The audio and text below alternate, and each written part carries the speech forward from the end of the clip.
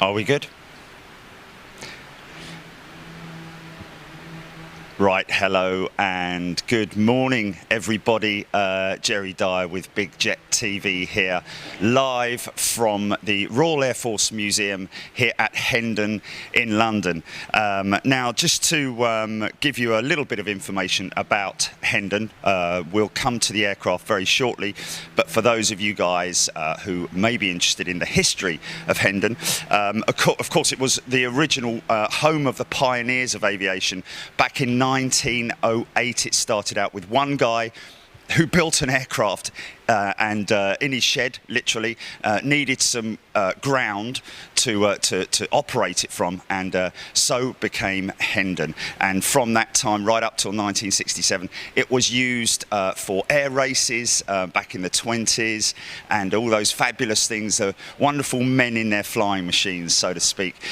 Since then, it was the first Royal Mail Delivery airport. It was an aerodrome. It was used in the RAF. So steeped in history, got a fantastic display of static aircraft here at Hendon, including the white hangars over the other side as well, and of course the original control tower is still here. It was put back together again a few years back. Hendon have done a tremendous amount of work here, bringing the museum right up to date. And of course you can read all about the information for Hendon Museum on their website, and of course don't forget guys, there's some great charities that they work with as well, so be appreciative if you could visit their website and have a look at what they're doing and everything about the history and some of the facts as well. So like I said, the museum houses a huge collection of static aircraft. Right behind me is the bomber hall, where we'll be having a walk around and looking at all the bombers that are in there. And the other side here, we have, of course, the fighters as well, the single-engine fighters, and a couple of twin engines as well, like the Canberra jet fighters and the Battle of Britain memorial flights as well. Today, like I said, I'll be showcasing the bomber hall here at London Hendon, and we'll be taking a close-up look at these amazing aircraft. And of course, this will be an introductory precursor to our all-elite shows that we'll be bringing you, where we are planning to go on board these aircraft right up to date. Now this one here behind me, the Lancaster, we've got to be real careful if we ever were to go on board it, because it has health and safety issues on board it, so something that we're going to have to plan ahead. So again, before I start, just make sure that you visit the website at RAF Hendon. Just put into your browser Royal Air Force Museum London or Royal Air Force Museum Hendon, and make sure that you check out the charities that they work with and everything there.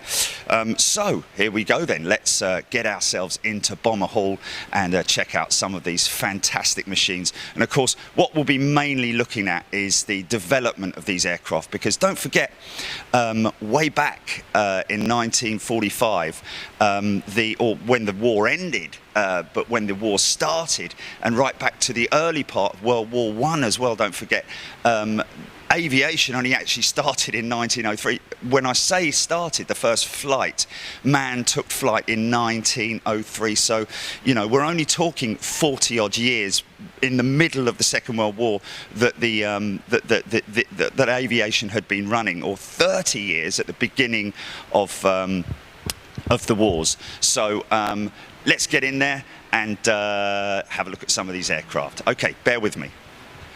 Okay, GP, I'm going to set everything up now. Yay! Still got picture, check picture, keep picture up.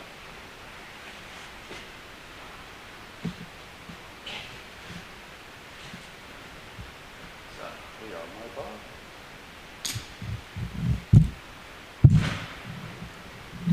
Okay, unhook. Now we can go on there. We can lift this up.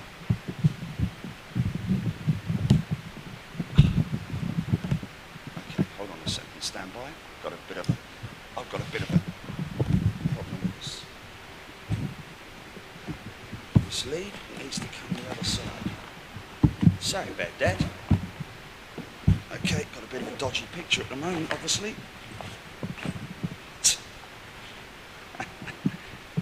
It's okay, is it? Okay, just stand by. I'm just gonna leave this here like this. Just hold on. Yeah, sorry about that. I'm doing this one-handed at the moment. Just because. Okay.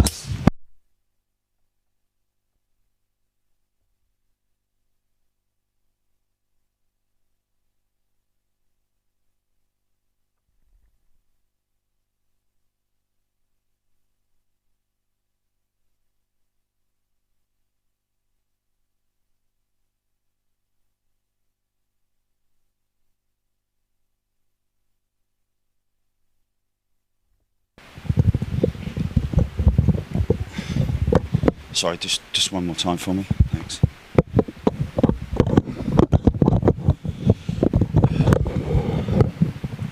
Thank you, sir. Okay. Okay, GP. I was under the impression that I had that. Mic's on. Mic's good. Okay, so here we go, folks. Sorry about that. Right. We are moving.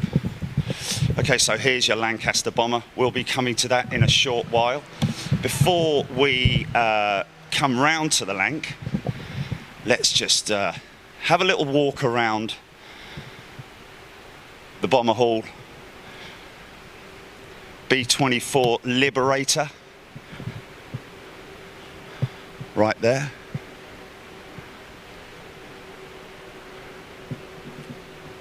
She's a beauty.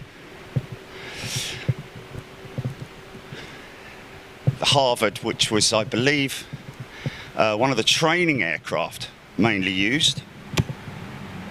Oh, it's the Oxford, my apologies. Of course, the Blenheim,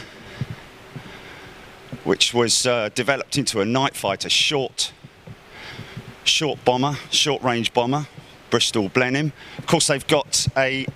How's the audio, Jilly? Is it not too? It's not too in your face, so to speak, is it? Yeah, we got it. Okay, so they developed that into a night fighter later on in the war. A couple of big air-cooled engines. Bristol Mercuries.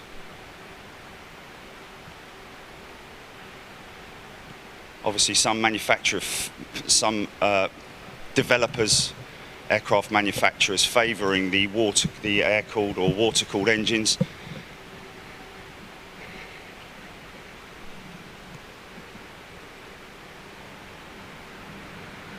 So what we'll do is we'll move around here.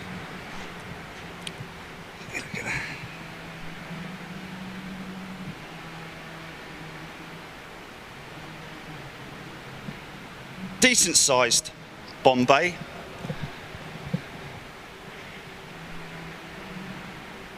Not too easy to see inside the aircraft. Bomb aimer's sight right there.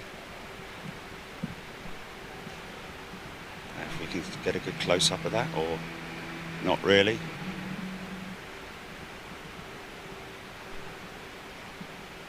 Entered the war really early, around about 19. Actually, when I say entered the war, actually entered service in around about 1937. So one of the very early developed bombers, only twin engine bombers at this time, and then of course the Air Ministry calling on designers to develop long range bombers in the need for possibly increasing their range at a later date. So let's just, as we walk around here, they've moved, Hendon have moved a lot of their aircraft into this hall, and impressively, and one of these things that, if you look at, just have a look at scale here, look at the size of that Stuka dive bomber over there. These are all These are not replicas, folks, these are actual aircraft. Heinkel HE-111, that was the only real heavy bomber that the Germans had, of course. Twin-engined only.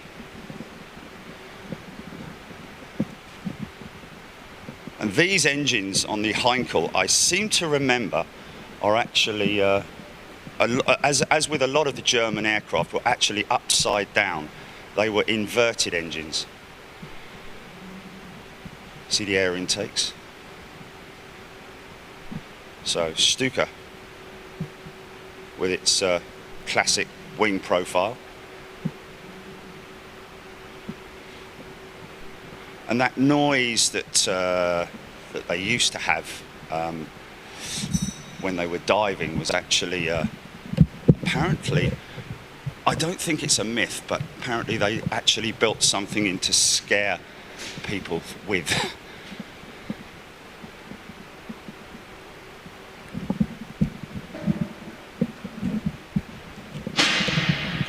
See if we can get a good look in that bomb aimer's position right there.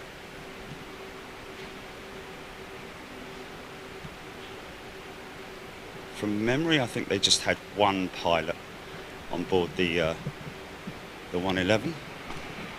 There's his. You just about see the stick there, the column. Just the one column. Big chunky wing. Look how deep that wing is. Obviously to store the fuel. Of course, belly. I'd imagine a belly gunner. Whether that was radio controlled or not, I don't know. But radio controlled, obviously very, very early development.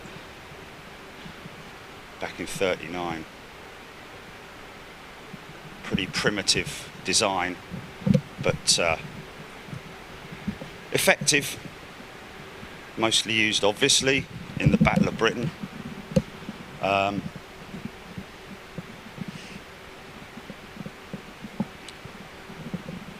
So, that's your German long-range bomber. Now, this one here, this is an interesting find, I should say. You can just about see, this is a Halifax bomber. It's a Mark II. You can just about see the TL markings on the side there. That signifies the squadron. This was 35 Squadron. And 35 Squadron was actually led by Leonard Cheshire, who was the was to become the leader of the Pathfinders, and then later on, of course, after unfortunately Guy Gibson losing his life on returning back in his Mosquito, Leonard Cheshire was to take over the Dambuster Squadron 617. Now this aircraft in particular, you can see obviously it is a wreck. This was literally pulled off the lake bed of a Norwegian lake after it was on a raid to the Tirpitz. Obviously the RAF carried out a number of raids on the Tirpitz to try and whilst it was in a Norwegian field. No jokes, please. And of course it landed, the pilot successfully landed it on a lake. It was shot, it was obviously hit by flak.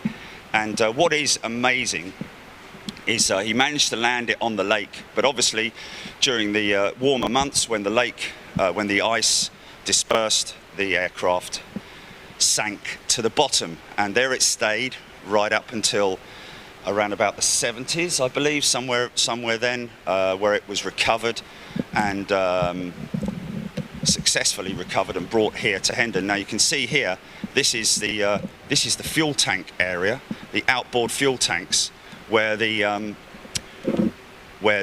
flak successfully hit the aircraft and burnt the wing. He obviously managed to bring the aircraft down, land it on the lake, but as you can see, caused a huge amount of damage.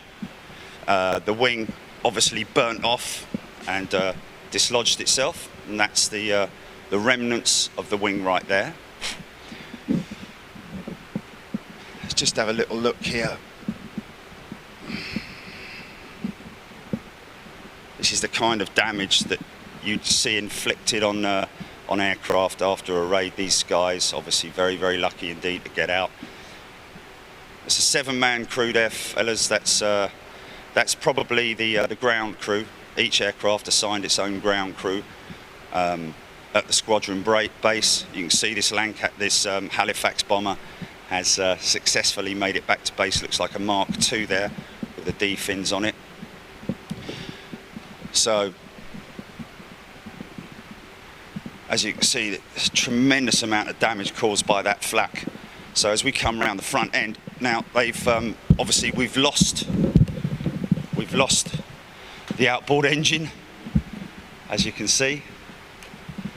Now this engine was actually from this aircraft, taken, the Merlin XX, taken and restored by a restoration group. What's interesting, as you can see here, the Air Ministry and different designers worked on a number of different ways to reduce the amount of flame that came out of the exhausts. And this is one of the way, the trumpet exhaust, which was created to minimize the amount of flame that came out so that the night fighters couldn't see it, as you can see there. A very sort of like minimal amount of exhaust flame coming out of the engine so that they weren't visible, of course. So beautifully restored, that Merlin XX. And as you can see, because of the exposure of the wings, we'll probably be able to see it better around the other side. But look at the all the engine controls for the carburation, adjustment controls, and obviously you can just about see. No, you can't see it.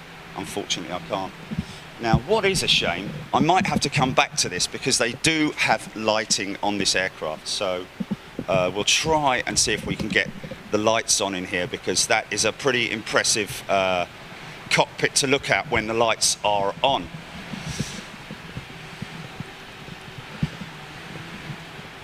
Handley Page Victor, as we all know. Handley Page building this Halifax. So you can see the front turret there, bomb aimer's position, right there. That's where the wireless operator would have sat, right in there. You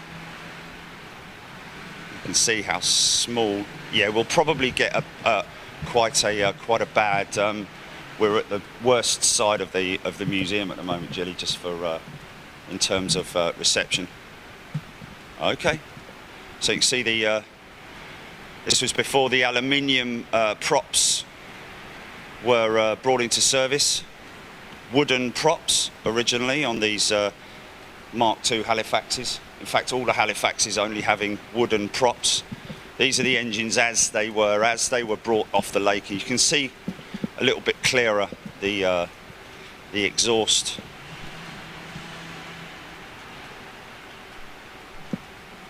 You see, he did a great job bringing this aircraft down. There's actually a crease in the fuselage there as well. Bakelite, that's the that's actually a very early turret up there as well, mid-upper gunner turret. And that's for the wireless. Early aircraft obviously had a line that ran right the way across from that position up to the tailplane. But these slightly later aircraft, this is sort of like between a Mark I and a Mark II. Oh, that's a nice noise.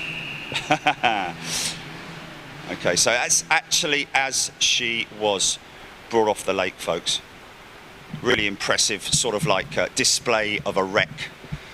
And of course, as we all know, the history of the Tirpitz, eventually brought down by Cheshire and his crew with the Tallboy bomb.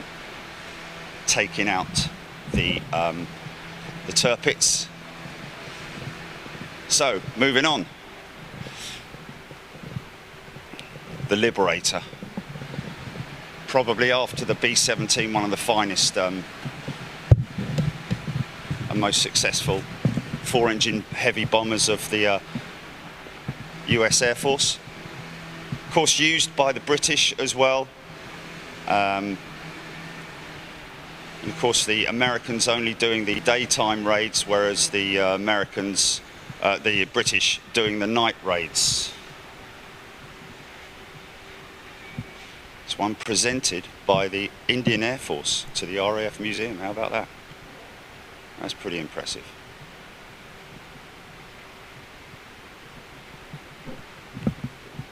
I'd imagine air-cooled radials once again. Not the biggest of the American bombers were never known for their huge bomb carrying capacity. The Liberator having these side bomb stows, which as you can see there, where the side bomb doors would open and the bombs would drop from a vertical position. Side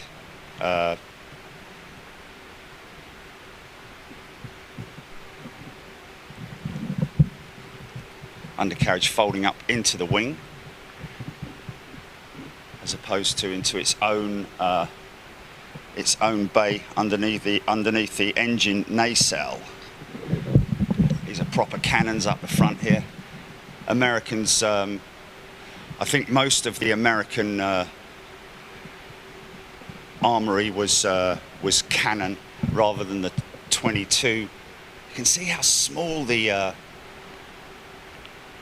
cockpit is there, which is so visibility, I'd imagine, when taxiing was probably quite dodgy. Of course, what's interesting about this aircraft, as you can see, is she has a nose wheel, as opposed to most of the bombers of the era having a rear wheel. So she was a nose wheel steer.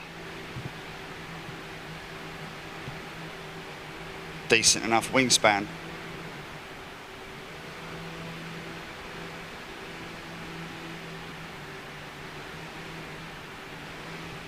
For anyone who likes their tractors, this is the sort of thing that you would see on the airfield, towing the bomb tally out to the aircraft. Lovely old thing, that. I guess there's a lot of people who watch Big Jet TV who say like their tractors. Nice bit of nose art there. Of course, nose art was one of the things that sort of like the squadrons worked on their individual aircraft. This is a very famous one. I'll just show you this quickly. That was a very famous one on a Halifax Friday the 13th. That actually made it through the war as well. And unfortunately, all that remains of that Halifax is literally the bomb tally and her nose art. You can just see there. That's the squadron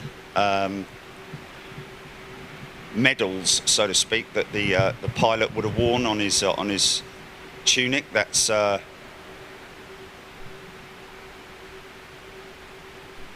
actually the window of the radio operator, believe it or not. So here we go then. Right, let's just move around here before we make our way up to the Vulcan. Back to the Halifax. Still got good feed there, Jilly. Okay. See what I'm going to do quick.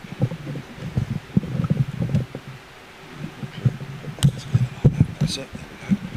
Now, here we go. This is an interesting aircraft. Now, this was kind of the scourge of Bomber Command, and when you look at it in scale to the bombers, it's actually a significant aircraft. The BF-110.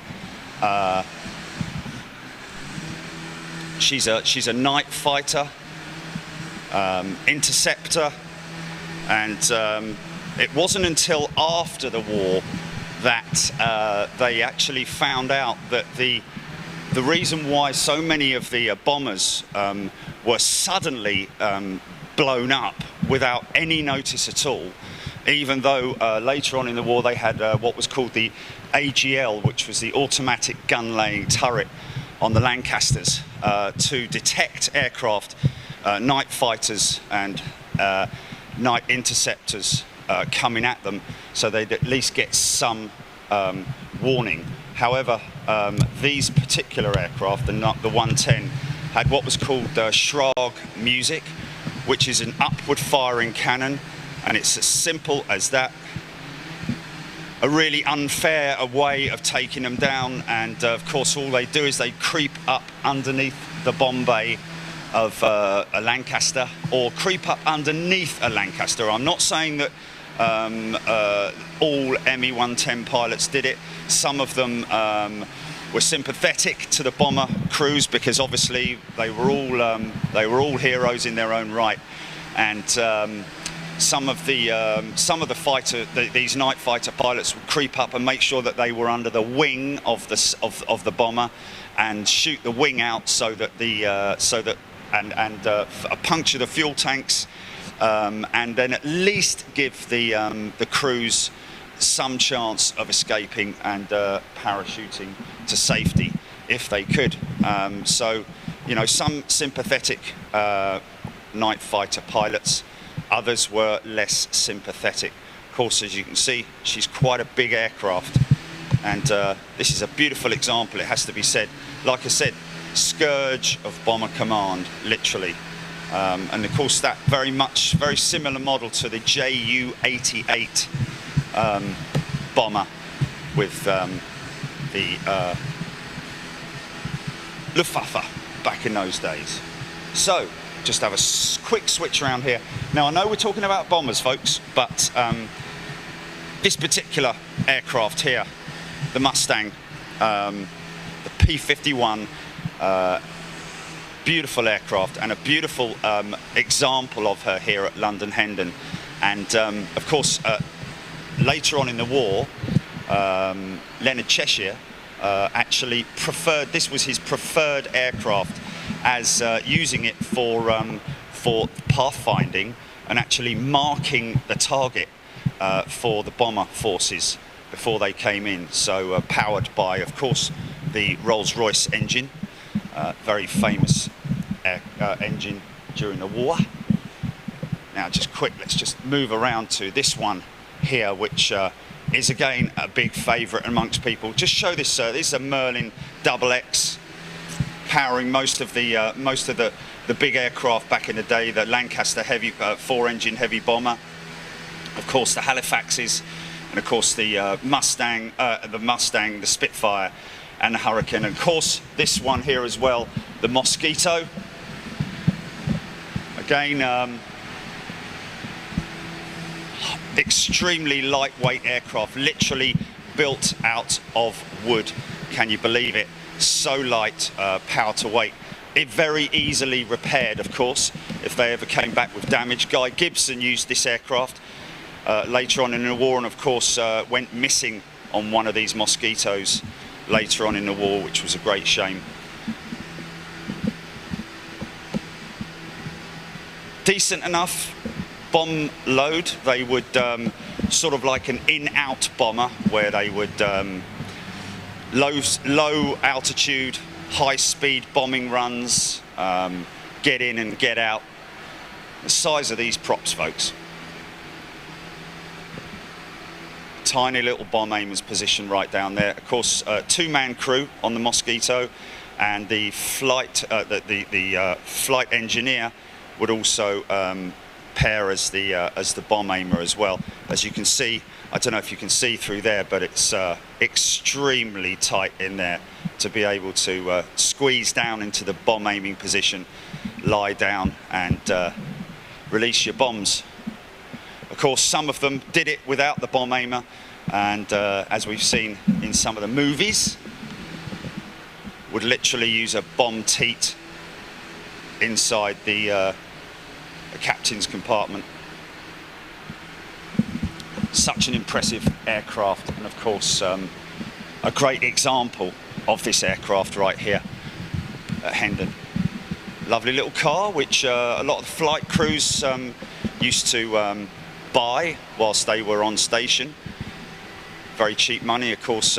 Try and cram like seven of them all into one car and head down to the local pub, and of course drive back completely blitzed. Back in the day when the local cops would just be like, "Go on in, Sonny, just get on your way there, Sonny, make sure you're up in the morning," because literally every day was a miracle for these guys who flew in these aircraft, folks. Literally a miracle, making it through. They had most of the bomber crews had to go through 30 operations, 30 night operations before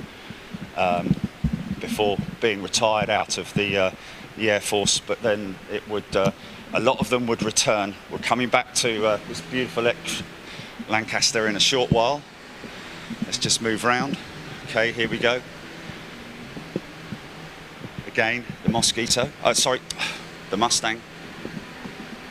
Huge, great air intake underneath her belly.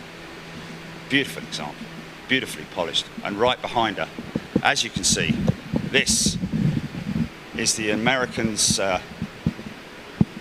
4-engine heavy, the B-17 Flying Fortress.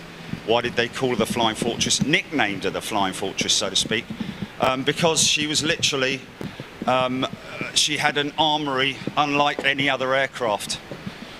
2 waist gunners either side at the back, 10-man crew, 2 waist gunners. This one here would be operated, this gun turret here would be operated up front by this chap. There's a bomb aimer's position right there. Norton bomb sight. Again, not the biggest and heaviest load of bombs on board the aircraft, but they preferred to do things more in numbers than single aircraft. So they would fly in huge formations, mainly from Norfolk, the airfields in Norfolk, because it was so flat out there. Of course, our boys stationed in airfields up in Lincolnshire, but these boys would fly out of Norfolk, and some down actually in the New Forest, a couple of stations down in the New Forest, but predominantly she was these aircraft, just walking up here, excuse me, predominantly these aircraft were stationed out in Norfolk. Big set of all air-cooled radials on her as well. So you've got a mid-upper turret. I say mid-upper turret, an upper turret. There's your waist gunner position out the back there. And of course a tail gunner as well. Later on, the tail gunner would become a radio-controlled or automated gun turret. These things, if you read the books and look at the pictures, these things would come back very resilient, half the tail missing, shot up, hundreds of holes from cannon fire. Such an impressive aircraft, and of course many of them still surviving, America taking them back, and there are a lot of them still sitting out there in the desert, and a lot of them still being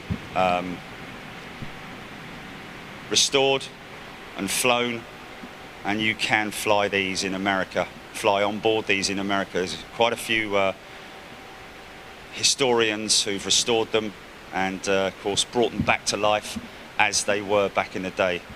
And of course we do see one of these flying in the air displays in the UK.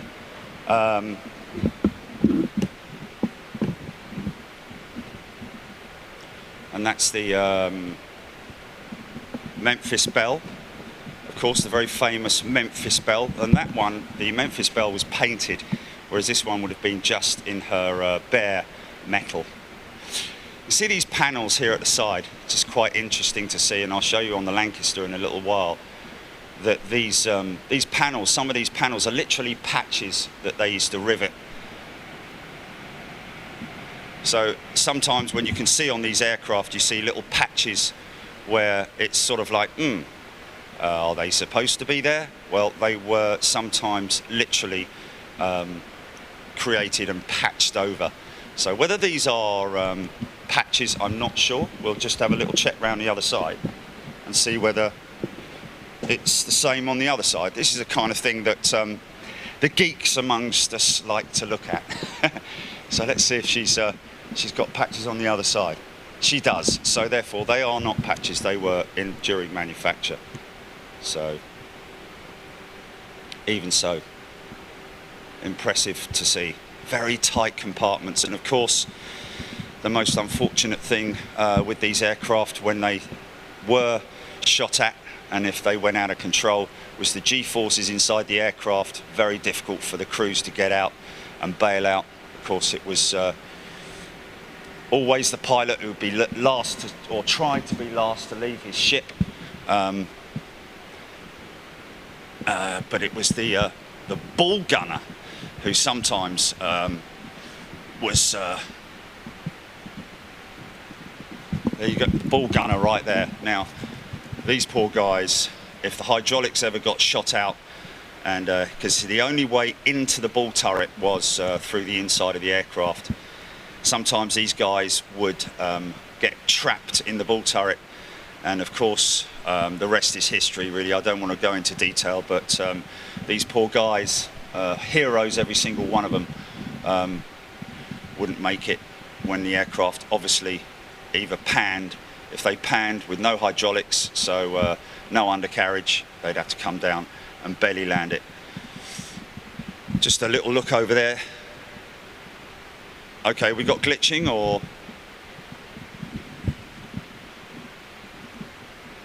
okay. Okay, so we have. If I just keep me posted, Jilly. Okay, so the FW190, the Focke-Wulf 190. Another, they used to have, they did have a long-nosed Dora, as they were called, later on in the war. And the FW190, again, an amazing fighter, which was again the scourge of the Americans and the British as well. And of course, these guys, the Americans, you know, what would you prefer? Would you prefer to go in the daylight in huge formations with fighter escort? Of course, the fighter escort would be the those particular Mosquitoes, and yeah, I mean, during the daylight you can see what's going on. You can see your mates getting shot down. At night, you know, you just see explosions, whether they're decoys or what, you don't know. But it's a bit of a difficult one, tossing up whether you're going to go daylight or nighttime. Okay, Gilly, I'm just making my way around here to the B-25 Mitchell bomber, folks. This is the. Is it okay? So sorry about any glitching, folks, but we're right round the other side of the museum. So, okay, B-25 Mitchell bomber. Another set of radials, and of course nose steering on this aircraft. Medium range bomber with the American Air Force, and of course used by the British as well later on in the war. This is the sort of bomb that you could expect it to be carrying. 2,000-pound high capacity bomb. Not the biggest of bomb bays, as you can see there, folks. Okay, now what I'm going to try and do here is make my way around. I just won't walk too fast, GP. Waist gunners on the Mitchell. And again, another rear turret, rear gunner who would sit up in there and use the guns almost with a yoke, almost like flying an aircraft. So have gun sights and everything there. Let's just have another little look round at the B-17, the Flying Fortress. This is a G, I believe. This is a G model. Little crew door there, which we've, I don't know if, how many of you guys have read many of the books on Bomber Command and the bomber forces during the war, but some fascinating stuff, and really gives you a perspective on how brave these guys were. Nice little bit of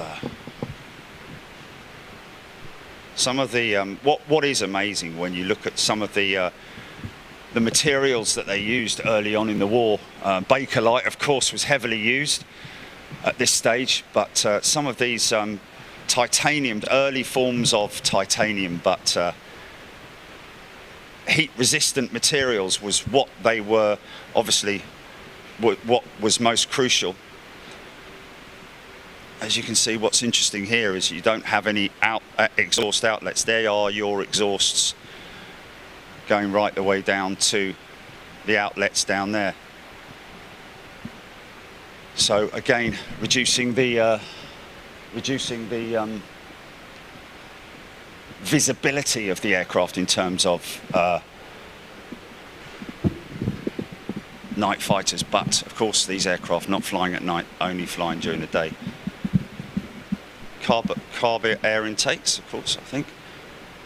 You still got good? You're still good? Okay, folks. Well, here we are. Look at this.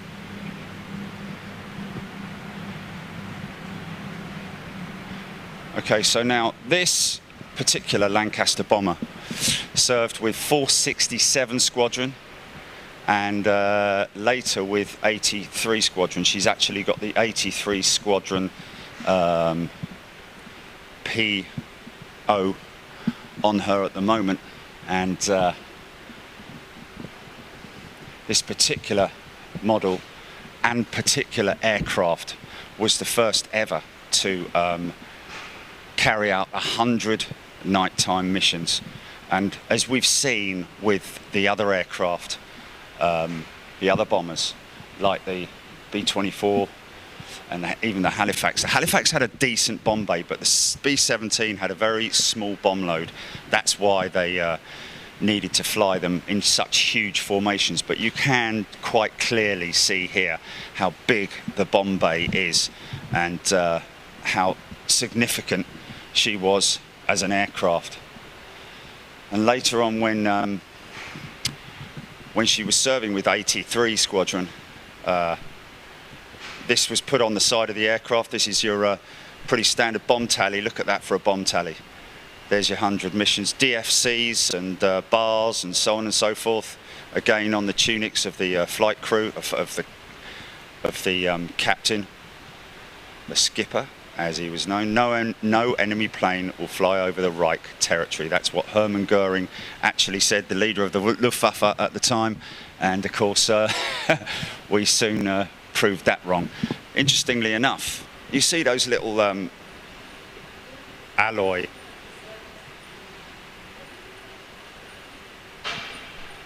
they're actually wire cutters for balloons, for if they fly through balloon. So that's always quite interesting. Of course, once again, tiny little cockpit. Bolton and Paul, I believe, front turret. Bomb aimer's position up the front. Now, don't forget, folks, that the plan is that we'll be going on board these aircraft in future shows with our elite members and bringing you some quite significant and interesting tours on board. Of course, powered by the Merlin XX. I would say the most successful engine in history in terms of prop-driven aircraft. Probably one of the most successful and one of the most preferred by aircraft designers. And what's interesting about this as well is that this undercarriage, and quite a few of you might, historians might know that these particular tyres, they didn't actually have treaded tyres back in the war. These would have been put on later on with tread on them. But this undercarriage is actually manufactured, I believe, by WWII, and WWII are still extremely active in the aviation industry. And I think you'll even see them on some of the most modern aircraft that we've got out there, which is really impressive to see. And of course, WWII also doing the electrics. Now, this is another. Is it WWII? Now I'm questioning myself. Okay, I'll have to come back on that one. But what's interesting is you can see the way they've covered the exhaust outlets on these earlier aircraft. The early versions of these were actually made of material. These are steel. You can just about see. You can just about see the stub, the exhaust stub behind there. Now that was. That's obviously to stop the engine, the flame from the exhaust being seen by the enemy night fighters. And of course, the names on the front of these engines and on the carburetor, on the oil cooler intakes, I believe, are of course the Flying Officer McManus DFC. Distinguished Flying Cross, Pilot Officer Tottenham DFC. So a lot of these guys receiving the DFC either during or after the war.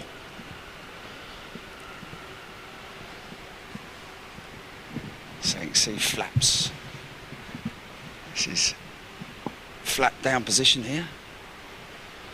That's where the huge, great big housing bay for the undercarriage at the back. What's interesting as we come back here is that bulge there underneath the aircraft. That's the H2S dome, which is a very early form of radar, ground radar, which the navigators obviously used for pinpointing any positions. Mid-upper gunner with a okay, interesting. So you can just about see this is a cookie, what they called a cookie.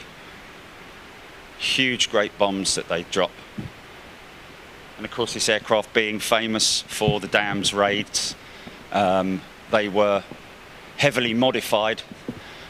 Literally took out the bomb bay doors and panelled it and reduced the weight. Took out the mid-upper gunner. I think they even took the rear gunner position out, just because these turrets actually weighed a ton. Well, more than a ton, but weighed a lot. That entire assembly would probably reach all the way down to the bottom of the S. The whole assembly of it, obviously, it moved in on its own axis. Huge, great big rudders. That's the max out. That's to stop the rudder from overcompensating. Inspection panels. Trim rudder. And that's just obviously the overcompensate there as well.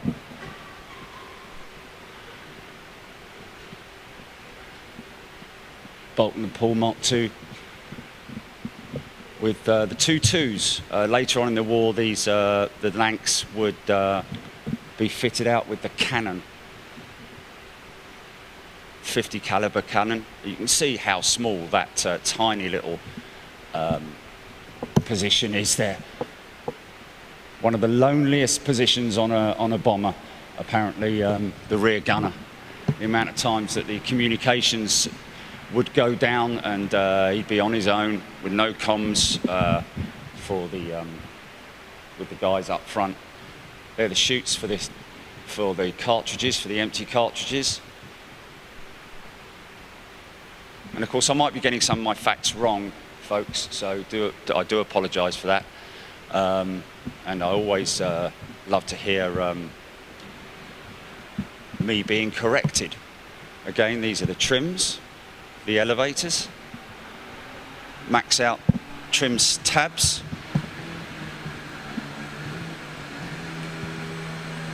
Just have another good look at her. Such an impressive aircraft. I mean, she's up, fair enough, she's up on her rear wheels being jacked up, so you don't get the sort of like angle, the true angle of her when she's sitting on the ground. But I think that's good enough. I think we've got enough there, of course.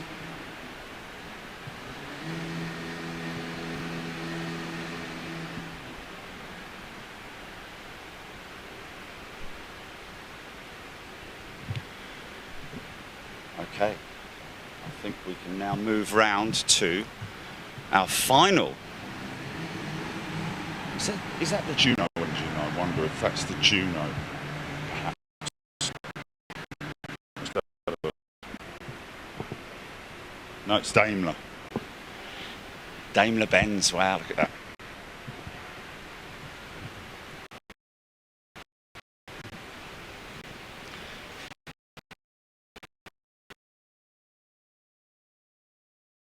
Be the oil sump down there, but she's an inverted. Exactly what the benefits were of inverting an engine, I'm not sure. I'd be very hear about that. If you're watching this on, we got what? What have we got?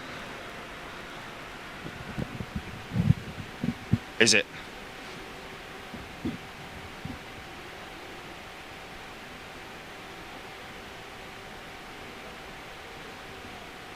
Okay, so we're going to be massively out of sync.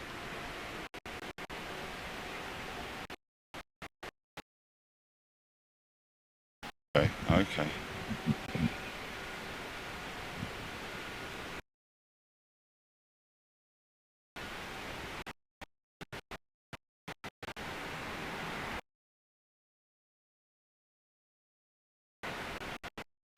Okay.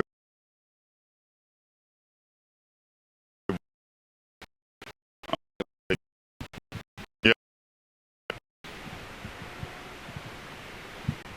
Okay. All right.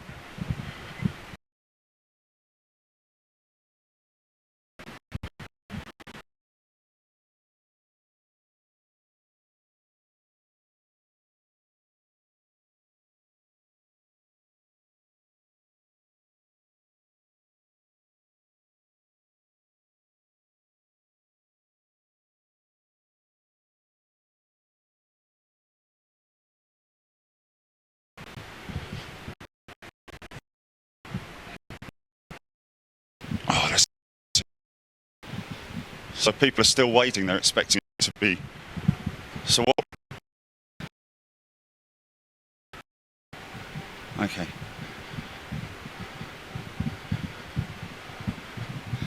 Okay, just stand by.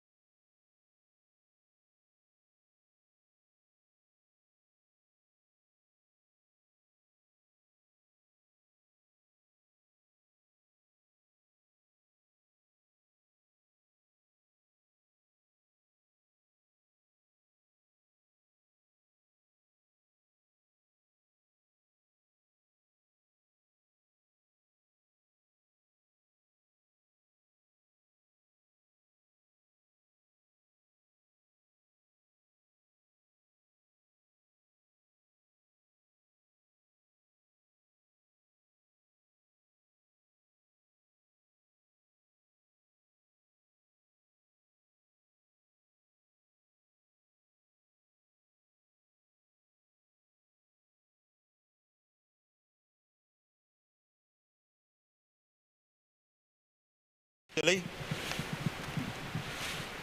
Are you running? We're back on, are we? Okay, fantastic, fantastic. Okay. I'll leave you to it. Thank you, sir. Yeah, Cheers. good stuff. Thank you. Okay, just standing by. I'm just trying to establish.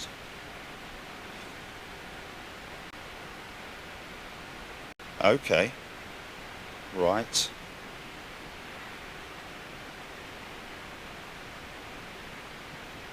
Okay.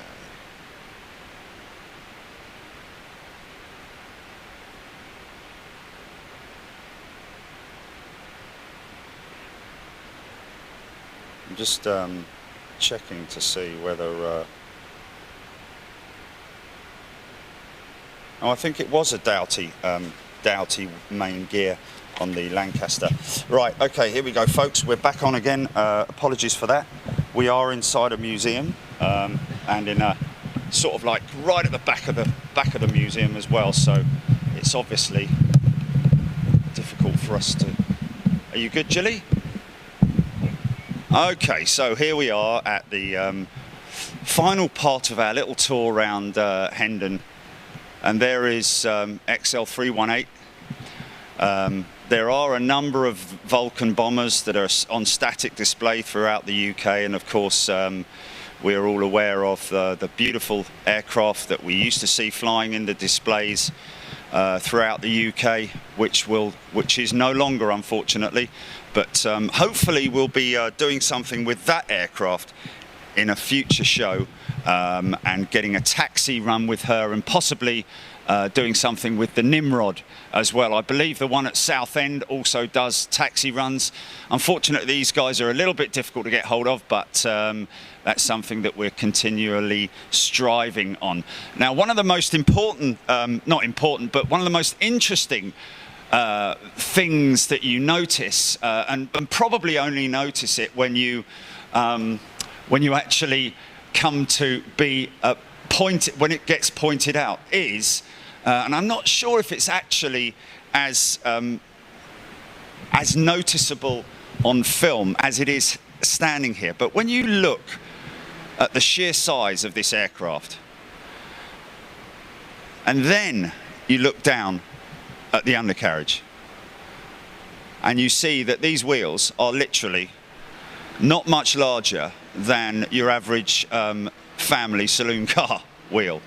Okay, there's 8 of them on there, but again, it just surprises me how the braking was affected. Of course, these aircraft did have chutes on them, so that would go a long way to helping them, and of course the air brakes. Such a tall undercarriage, but such an interesting setup. We still got a good shot? Still got a good picture?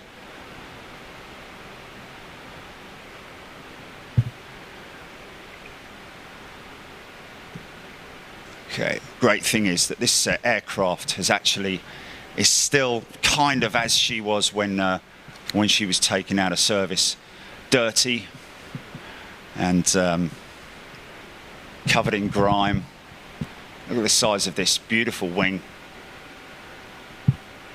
So impressive. Such an impressive design, and of course the aircraft was originally conceived and developed way not long. I think it was swept wing design was looked at by Barnes Wallis, and of course this is the Avro Vulcan, and therefore Avro working on that technology, probably very close to the end of the Second World War. Not sure exactly when it first went into development, but I'm sure it was in the late 50s, somewhere around about then. Of course, extremely impressive bomb load on these things, and of course they were developed to carry strategic bombs. Look at the size of this bomb bay, folks. I mean, that is just massive. You could fit a couple of decent sized family carriers in there, that's for sure.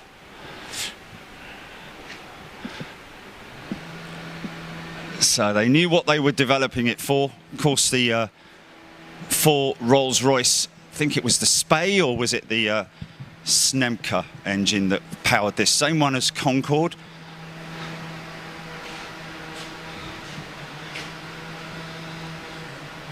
Look at some of these ordnance. Let's just double check this is powered up. Okay, we're good.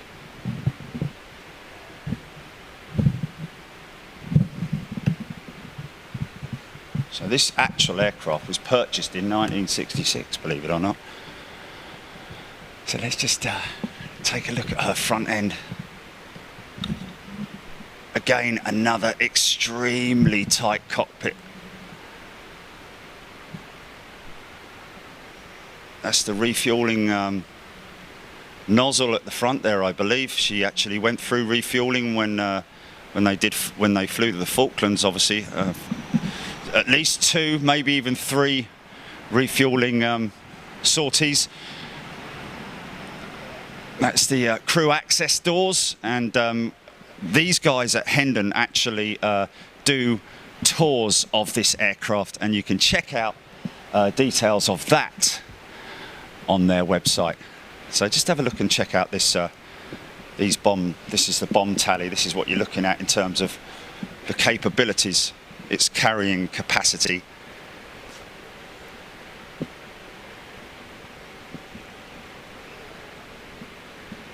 There's your gun sight. You still good, GP? Okay, because we're right. Okay, you're getting tearing or what?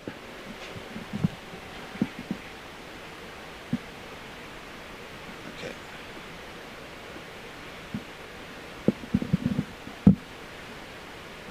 More than likely, I would have thought.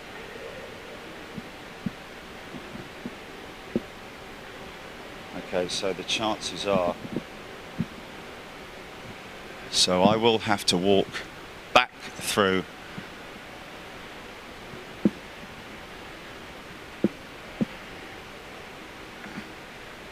Of course, fortunately enough, apart from the Falklands War, to bomb one runway, this aircraft was never used in combat, which is good news for us, of course. Again, there you go. You can see the size of that undercarriage. Obviously, served its purpose, did exactly what it was needed to do.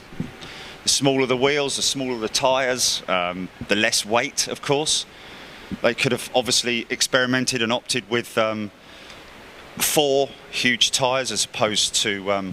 in fact, to be honest with you, looking at it now, it almost seems as though, because these are actually... it looks like that's one big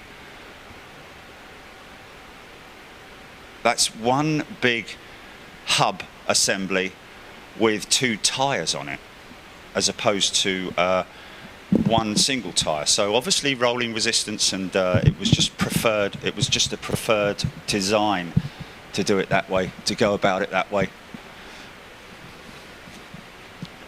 But still, extremely impressive.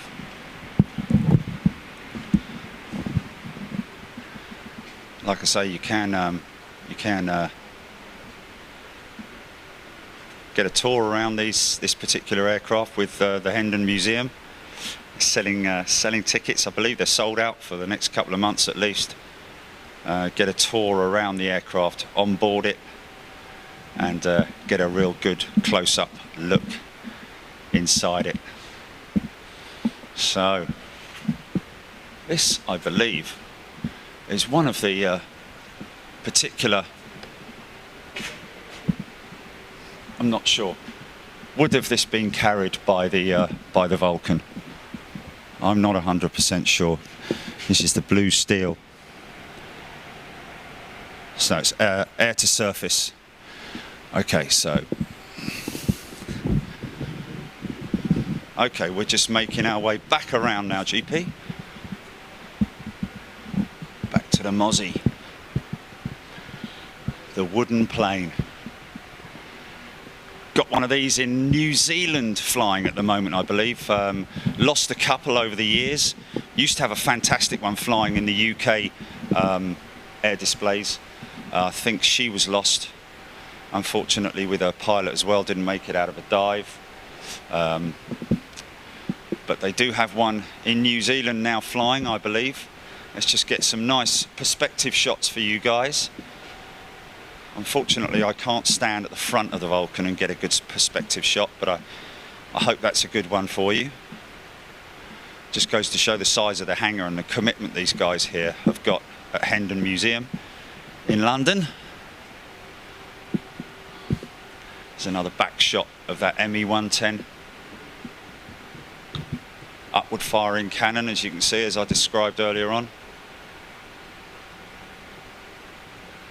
And like I said, later on in the war, Lancasters were equipped with only a few of the squadrons, I have to say. The first squadron that this Lancaster flew with was the Royal Australian Air Force.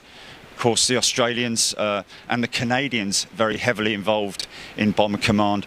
They had what was called the ALG, the automatic gun laying turret, which had a much better system of detecting aircraft and night fighters that were tracking them.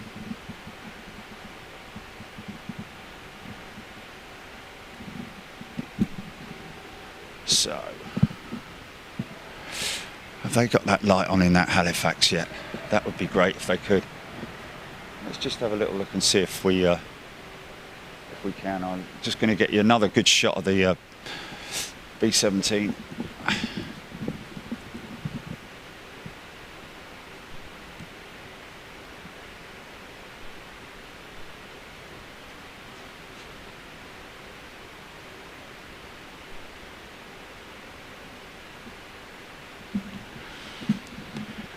They do have the Sunderland flying boat over in the other hangar, which is an example, a fantastic example of naval and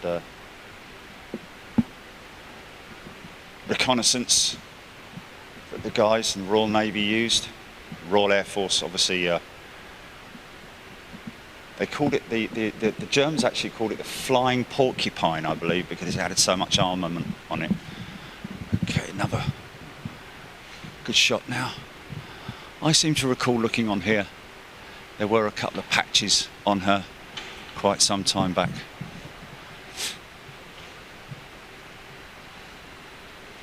She's a beautiful aircraft. Let's just get another shot of her from back here.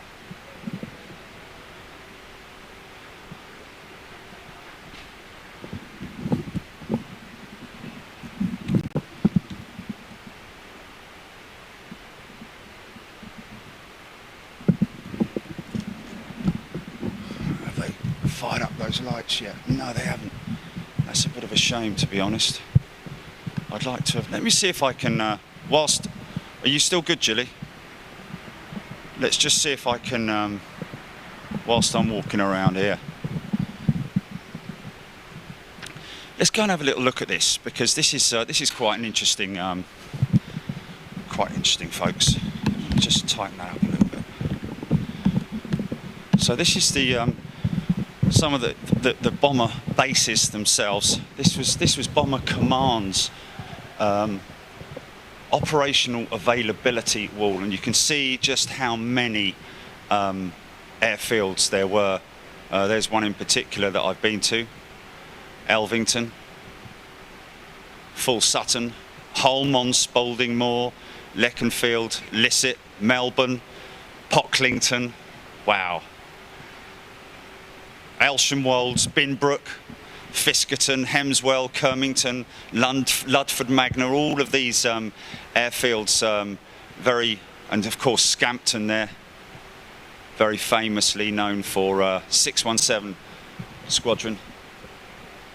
But Barney, Coningsby, East Kirkby, Fullbeck, of course East Kirkby, very famous as well. Coningsby and Scampton, both 617 Squadron.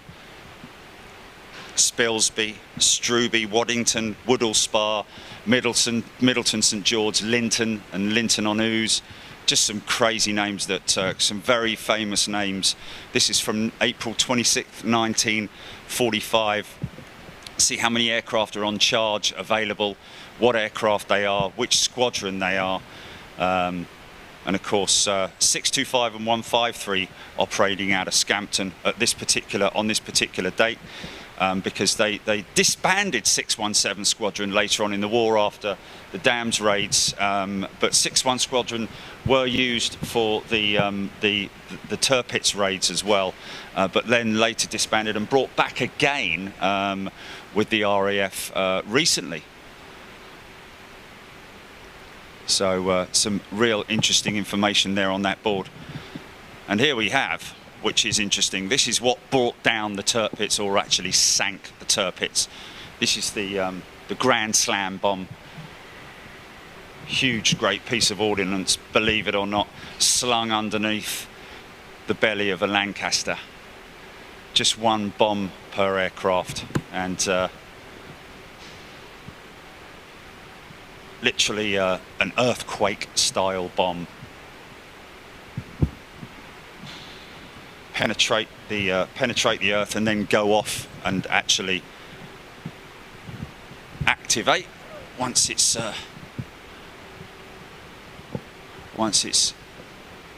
inside the target, so to speak. Okay, let's just have a little look. So I did want to show you guys, because I actually I don't want to waffle on too much about it, but I did actually I was actually on the recovery, spent best part of 4 years with my sister down at the woods, not literally lived there, but during the summer months going there and digging up a Halifax bomber and all parts of it, which I have in my house right now, all with the permission, of course, of the landowner. And I just wanted to give you an example of some of the stuff that I managed to find. Let's just have a quick look. Excuse me, guys. Are the lights inside the Halifax operational or not? No? Oh, that's a shame. Okay. All right, no problems. Okay, so there you go. Unfortunately, we're not going to be able to see inside this Halifax, because they do light her up. So if you ever come to Hendon Museum, they do light her up, and you can have a look inside there. And it's great to see. So before we finish, I think what would be nice for you guys, because you've been so patient, would perhaps be for me to have a little look and a wander around the other hall, which is, let's just have a little look here. Let's have a look at some fighters, shall we? Okay. We've been very privileged to get in here, and a big thanks goes out to Chris from the press department, who's allowed us to, of course, film in here before the gates open to the public. This is their. Are you good, Jilly? Okay. This is their Battle of Britain display here, of course. Very famous Spitfire, Hurricane, and the enemy aircraft. Messerschmitt Bf 109. Again, with the upturned engine. Interesting. And of course our Spitfire, powered by the Merlin. Different types of exhaust stubs were played and toyed with during the development of the war, and I'm not sure how many marks of the Spitfire there were, but I know there were a significant number. So who likes their helicopters? Got a great display of helicopters as well, right here at Hendon.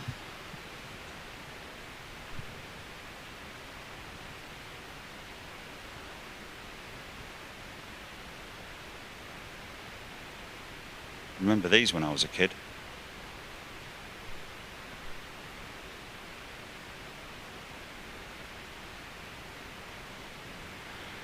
Okay, let's move round to the Jaguar. Look at that. Still operational. Only just, but still operational.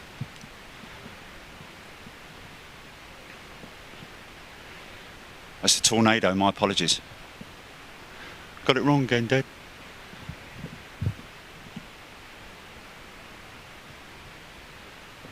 Quite similar in look, so my apologies for all you jet fighter knowledgeable individuals who just basically slammed me for calling that the Jaguar. But there we go, my apologies. Look at those elevators in that down position. Pretty impressive, huh? Swept wing design. Wings are obviously in their swept position. You can see where the where they actually swivel. Look at that. That's quite impressive. Something you don't often get to see. Just get up underneath there for you. Look at that, where the actual wing pivots. That's crazy, man. That's insane. It's quite impressive, really, to see where that. Never seen that before. Okay, let's. Here's one of my favourite aircraft from flying displays when I was a kid. And just look at the. This is obviously a carrier-based aircraft with the wingtip, which we're going to see, believe it or not, on a commercial Boeing 777X in the next year. We're going to see it actually rolling out quite soon, and probably much the same design and development of catching and locking mechanisms that you see right there, which is crazy to think, still using that technology. But really, there are only a certain number of ways that you can use to lock up something like that. Okay, I'll tell you what we can do, possibly.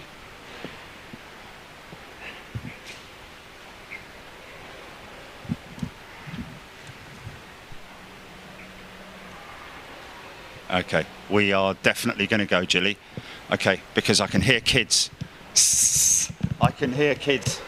Yes, okay. Chop wing Spitfire, quickly, Canberra over there, Meteor, Vampire, Tempest, all sorts of aircraft, and the kids are coming. Okay, guys, let me just see if I can. I'm probably going to be massively out of sync here, but just stand by. Okay, let me just check. Just hold on.